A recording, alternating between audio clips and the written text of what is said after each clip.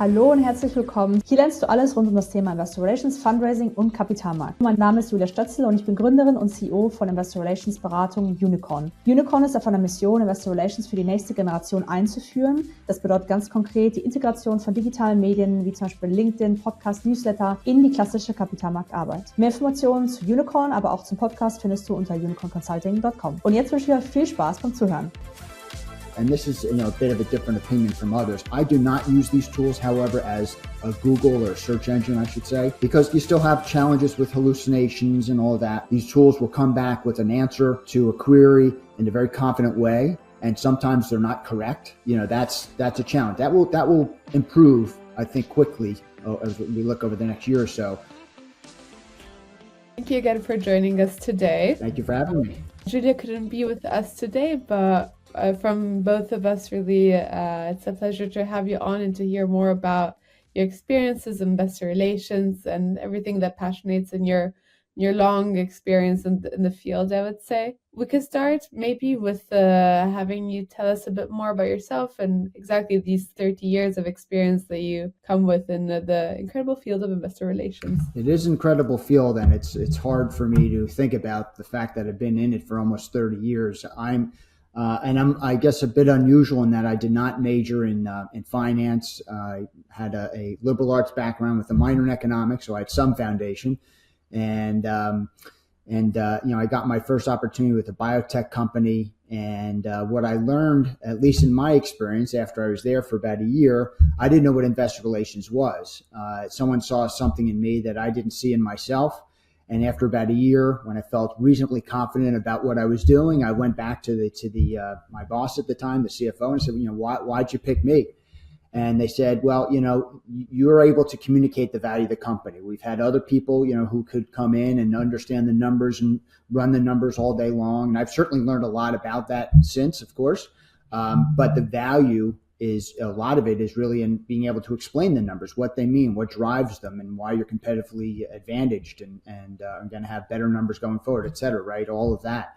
And so I've taken that with me my entire career, of course, trying to get better at all different aspects of investor relations. And that's one of the reasons I love it is you need to know quite a bit about lots of different things. You're certainly not siloed in investor relations, not if done properly, in my opinion.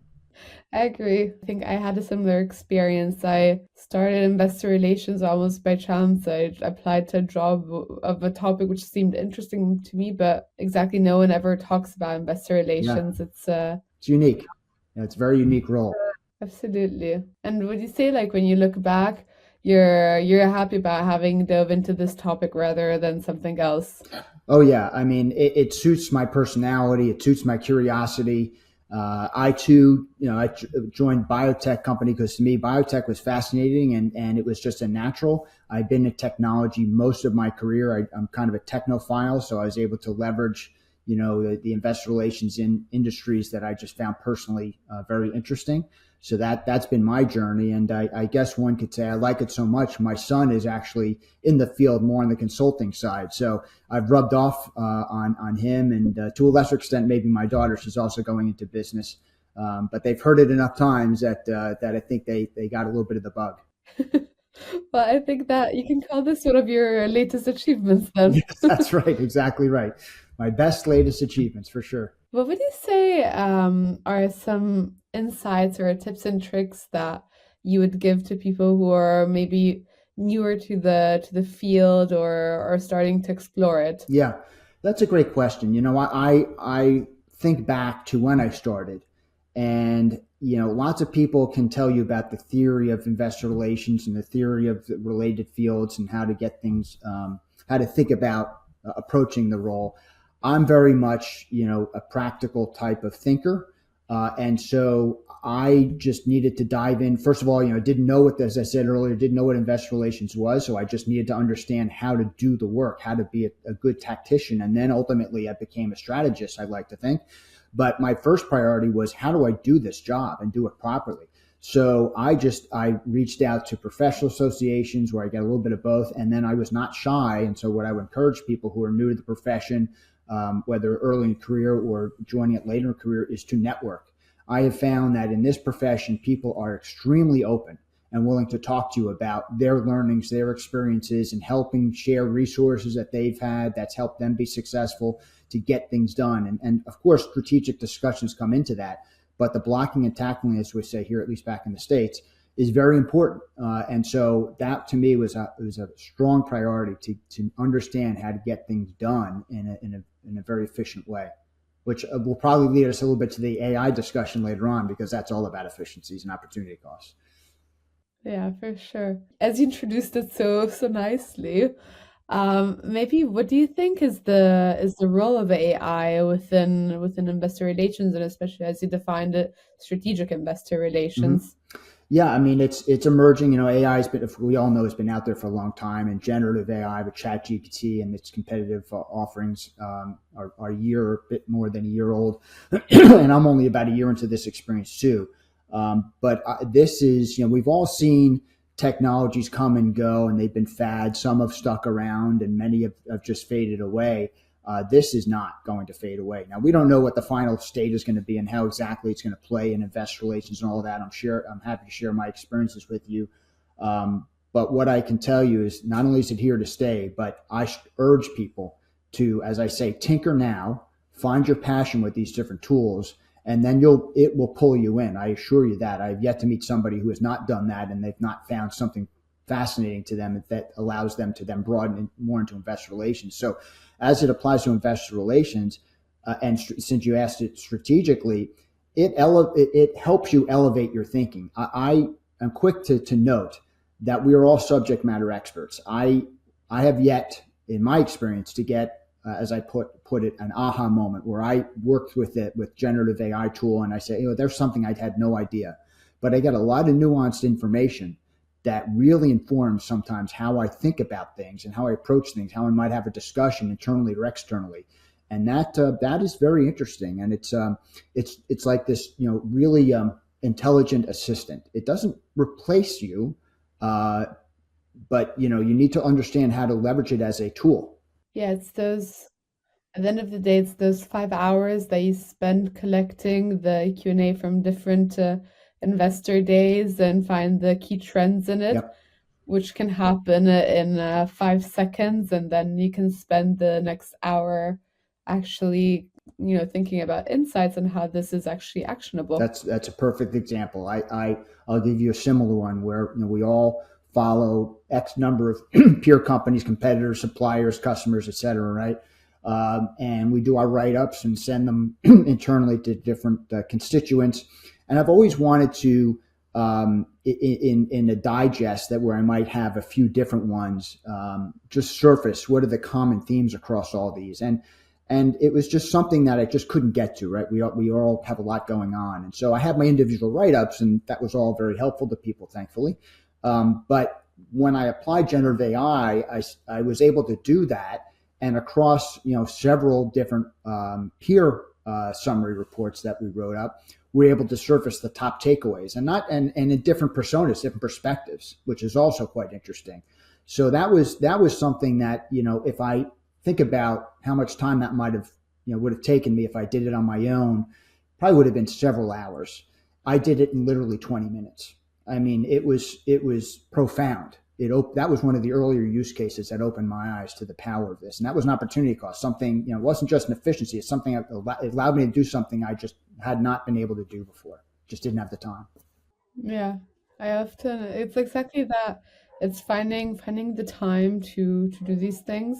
For starters, of using AI, you often start with first questions like, what is the right tool? How do I explore it? How do I test it? Yeah. Often companies have confidential information, or there's the different barriers that I think you have crossed already. What's your advice for exactly like people who are approaching this for the first time to get into it? Yeah, you have to you have to be comfortable with some risk. I say that with this very quick follow-up. Do not put any material non-public information in a non-secure environment. So the ChatGPT, the Claude AIs, right? All of those, the Bards, all of those tools are not secure. There are enterprise versions that are rolling out, and that's different. And once you have access to that in your IT department and legal, et cetera, give their approval to use it, and my company has a version that we created ourselves for that, then yes, you can, within additional guidelines, use those secure tools for certain information, confidential information. In the meantime, however, recall what I said before, tinker now. So just, a common use case that people share with me that got them excited is if they're going on a vacation themselves or their family and they want to create an itinerary, they've used these tools with quite some, I haven't done this myself yet, but I've heard it enough times. Apparently it's very good to say, I'm going to be in XYZ city for a number of days. This is my, this number of children, this ages, and it sends you back very quickly a really interesting itinerary. That, of course, you can do in a non-secure environment. I do not, and this is a bit of a different opinion from others, I do not use these tools, however, as a Google or search engine, I should say, because you still have challenges with hallucinations and all of that, which is, these tools will come back with an answer to a query in a very confident way, and sometimes they're not correct, but that if you don't do data checking, and that's a whole other area we can get into, that's a challenge. That will improve, I think, quickly as we look over the next year or so. But if you have a specific, no low risk task, or you have a source document that's, again, public, that you want to apply to the generative AI, then you're good, I think. So I would say get in now, find that use case. It could be a personal one, as I just explained with a trip, and then you'll find how versatile these tools can be. Okay. No, that's, definitely it's the good approach and makes absolute sense. And do you think that, going forward, probably these tools will also require a bit of budget from the different teams, or more generally, it's the companies that are going to have to take a decision towards leveraging AI more as a tool? Do you think, we know how tooling goes, it goes up when the company is doing well, and then it's one of the first ones to be cut down when there is harder times, and you want to be smarter about this. Mm-hmm. Do you think AI, especially in IR, will have an easier time getting taken on, or how have you seen it happening in your experiences?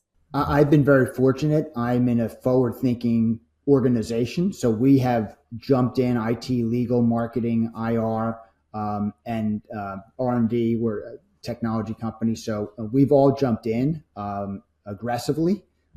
Again, doing it in the right way with the right governance. This is why we have legal coming along. But everybody is finding a way to leverage this technology to the extent possible. We're not looking to say no, we're looking to say how. And so you have to be brave. You have to, leverage your relationships internally. This is speaking from experience. But I fully expect, in fact, I would say in the not too distant future, if an investor is going to start asking you, how are you using, I saw this in some Davos interview.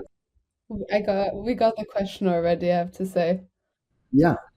Right. How are you using it, right, to improve your profits or improve your whatever? And if you don't have an answer, after a relatively short period of time, that's going to become a big problem, I think. And that applies not just to your business operations, but certainly to investor relations. We know, put it another way, that the buy side and sell side are using different AI tools. We need to understand how they're using those tools so we can, join them in that space, if you will. So I spend a lot of time trying to understand that because otherwise, it's an uneven match, if you will. It's a bit like when, like a buy side, sell side that takes the compiled consensus from FactSet or Bloomberg.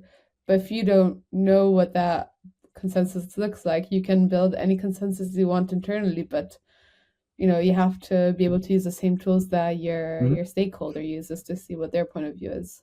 That's a good example. That's a good example of how to apply generative AI. And we know that they're using AI now to pick up tone and transcripts in a next generation level. We've all seen sentiment analysis before, but I'm talking about what's coming and what's kind of emerging right now. And that, in my view, what probably is going to happen is you're going to have these generative, or I should say AI tools, discerning certain tones, certain meanings, apply that to a trading algorithm and a trade is executed. We need to understand what those tools are looking at and how and all of that so that we can intercept those opportunities. That's very much, I think, incumbent. It's our responsibility, I think, no less than that, as an example. That's going to be the complication, with Google. You can see what is the top searched, or it's linear to that extent. How you can compose a query with AI, Mm-hmm. it's just so more complex, and every word can adapt the answer. It's going to be much more complicated to track at that from that point of view. I was just going to say, we ourselves have to learn about these tools, and I would encourage, obviously, when you speak to IT and other younger folks who are just going to be more well versed in this, who are going to be able to help you think about how to use these tools better. And over time, I selfishly talk to my kids all the time. They're in their 20s, and fortunately, we're kind of at par right now. But they just understand technology in a way that I just was not brought up, and so that's, I think, also going to be important for us to surround ourselves with people that can help us embrace these technologies responsibly and with velocity. Sure. So I know I would really like to pick your mind also on exactly what we mentioned earlier, the work that you're doing on going to students and to the younger generation, talking about IR and the field of IR. But maybe before we leave the topic of AI, would you have a few last tips and tricks for the IROs who are listening to us out there on either next steps or certain functions that you have seen we brought up a few, but where you see it most useful for investor relation officers that they use AI. So yeah, a few last tips and tricks for them. Sure. The most common use cases are summarizing, large content, sell side reports, financial reports of different types. It's very helpful for that. Again, keeping in mind copyrighted information and all that. So I'm just, assuming we all understand what I just said before, but summarizing that, I use that not just to summarize, but then identify, if I'm looking at a series of reports, for example, what are the most common assumptions, the takeaways, the ambiguities, different perspectives I can glean using personas. So that's kind of one general use case. That's very common, I think very effective. You get different insights, and when you go down this path, you can use the tool for recommendations. Hey, this is an ambiguity, for example. How might I clarify this based on the fact that I tasked it to come look at it from a buy side persona, for example. Based on peer results and all that. And then it'll help. That's that assistant part where, again, you probably have an idea of how to clarify that once the ambiguity has been identified, but this nuanced piece of information, which I've come across, has been helpful for me, and how to characterize something a little bit better has been helpful. You can enhance your writing a bit. We're all generally pretty good writers and or work with good writers. I've used this to help us with tone and to help us, really surface certain points that we want people to take away from messages during an earnings script and all of that. Anticipate questions that you might have based on, for example, preview reports and or even just your draft report. Now, of course, there's a draft transcript. Now, there are tools as far as what's coming and how people are starting to use it now. You can use these tools to help you develop a script. Those are tools that are going to be coming out from vendors over this next 6 months plus. That's going to be interesting. So I think, kind of generally speaking, the next stage of this is going to be more focused, fine-tuned, to use the AI terminology out there, tools for certain specific investor relations use cases, of which script writing is certainly one. Targeting comes up a lot, investor targeting. I haven't seen anything quite yet that I'm attracted to, but I'm sure that will change. So I think that's all coming. And then just personally, yourselves, I use different resources just to keep on top of what's going on in AI. It's extraordinarily fast moving. So YouTube, frankly, is a resource I use. I've subscribed to different channels, and I've also taken some courses to learn about prompting, and I'm certified in prompt engineering. So there's different things you can do as an individual to just stay on top of things and to tinker and to start taking those steps during your journey. I think you've left the listeners with quite a bit of food for thought. I hope so. Action items. Remember, I like action items. Hopefully that's It helpful to does people. well, for sure. Then maybe the next and last topic for today, which I find very interesting because it's also a bit where the same podcast idea came from. Getting back the idea of investor relations, the story of it, and what it is to us, but also for someone who might want to join the field. What are you doing these days to spread a bit the word about this field and how great it is? I appreciate you asking. It's a passion project of mine that I started probably 2 years ago at this point. As probably all of us who are listening know, investor relations is a pretty unique field. Generally, relatively speaking, there's not that many of us out there. There's even fewer courses at universities to teach what investor relations is. I don't think there's any major. There used to be one or two. Maybe there's someone will correct me. There's some out there now still, but I don't think there is. And so, as I talk to people in my personal life about what I do for a living, given it is so unique and unusual, once I get past that first couple of minutes and people understand I'm not a stockbroker, and they understand really what investor relations is, almost without exception, people say, wow, that's a fascinating career.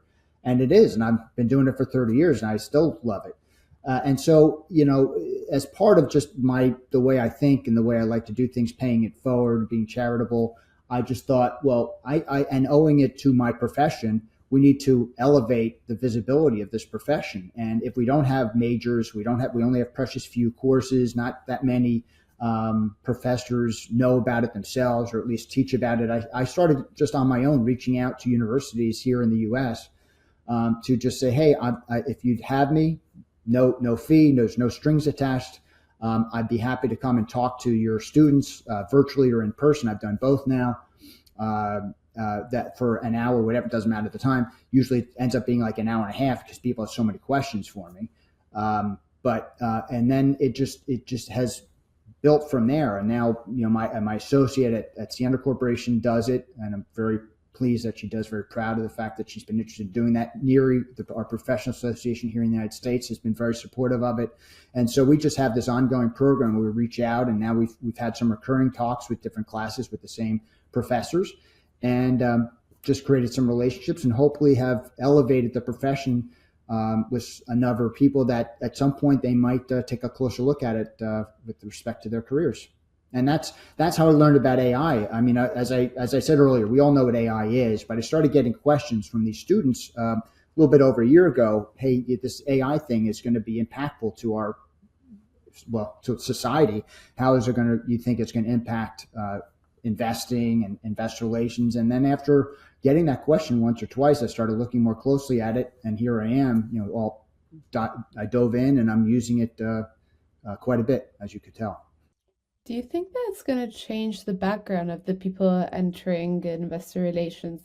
Both, I mean, times changing and also, I suppose, also AI coming in. I mean, also for myself, I haven't been in the field for any close to as long as you have, but I mean, already like 5 years ago, still 5 years ago, people who were coming into investor relations were either coming from controlling, very few of them, and most of them being equity analysts in London, and then switching to investor relations.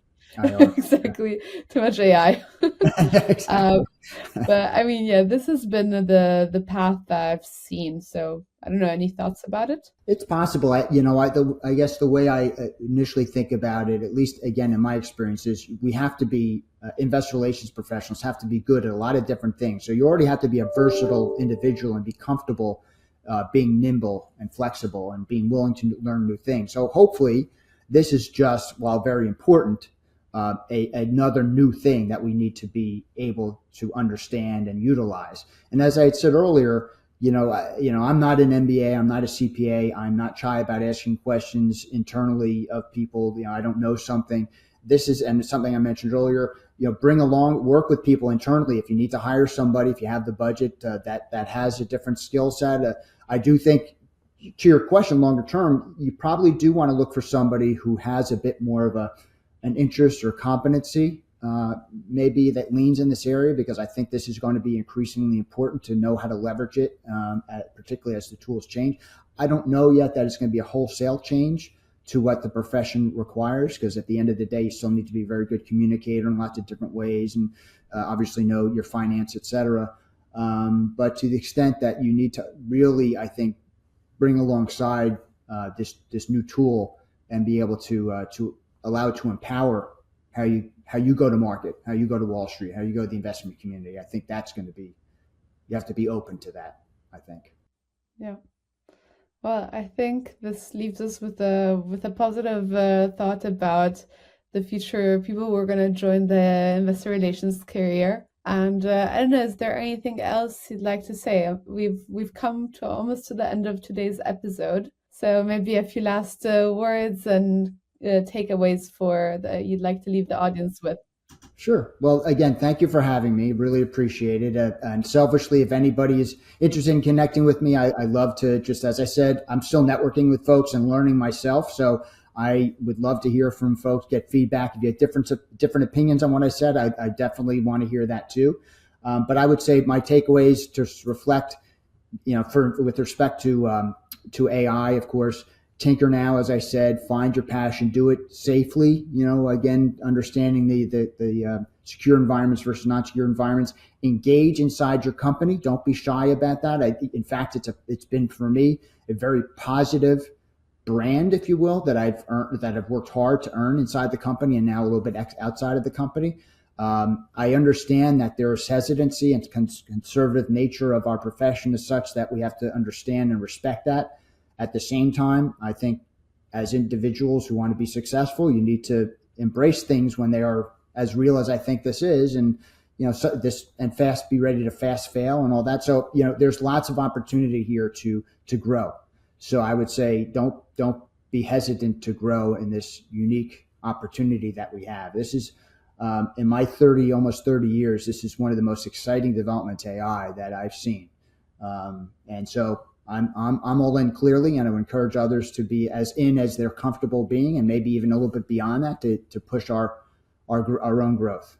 And then as far as talking to universities, please go ahead and do that wherever you are in the world. I think the whole profession would benefit from that. I'd be happy to coordinate with you if you think that would be helpful, or share with you kind of tips that I've had to be successful. But I've just generally found that many professors are willing to they're positively surprised by the fact that you reach out and are willing to have this conversation. So please go ahead and do that too. That would be wonderful to see more of us doing that. I think you've definitely left me inspired. I think I will both start tinkering and reach out to my past universities. Great. And of course, the audience will be able to find the link to your contact details and LinkedIn on the episode. So they should definitely reach out to you. I think it's worth the chat. Thank you very much. Thank you. Take care. So, wir sind jetzt auch schon wieder am Ende des Podcasts angekommen. Ich hoffe, dir hat diese Episode gefallen. Wenn du Hilfe brauchst bei irgendwelchen Kapitalmarktthemen oder digitalen Investor Relations Themen, dann melde dich gerne unter unicornconsulting.com und buch dir einen ersten freien Consulting Call. Wir würden uns ebenfalls darüber freuen, wenn du uns auf Social Media folgst, zum Beispiel YouTube, TikTok, Instagram oder auch LinkedIn, oder wenn du einfach einen Like da lässt. Ich wünsche euch alles Gute und bis zum nächsten Mal. Eure Julia. Ciao.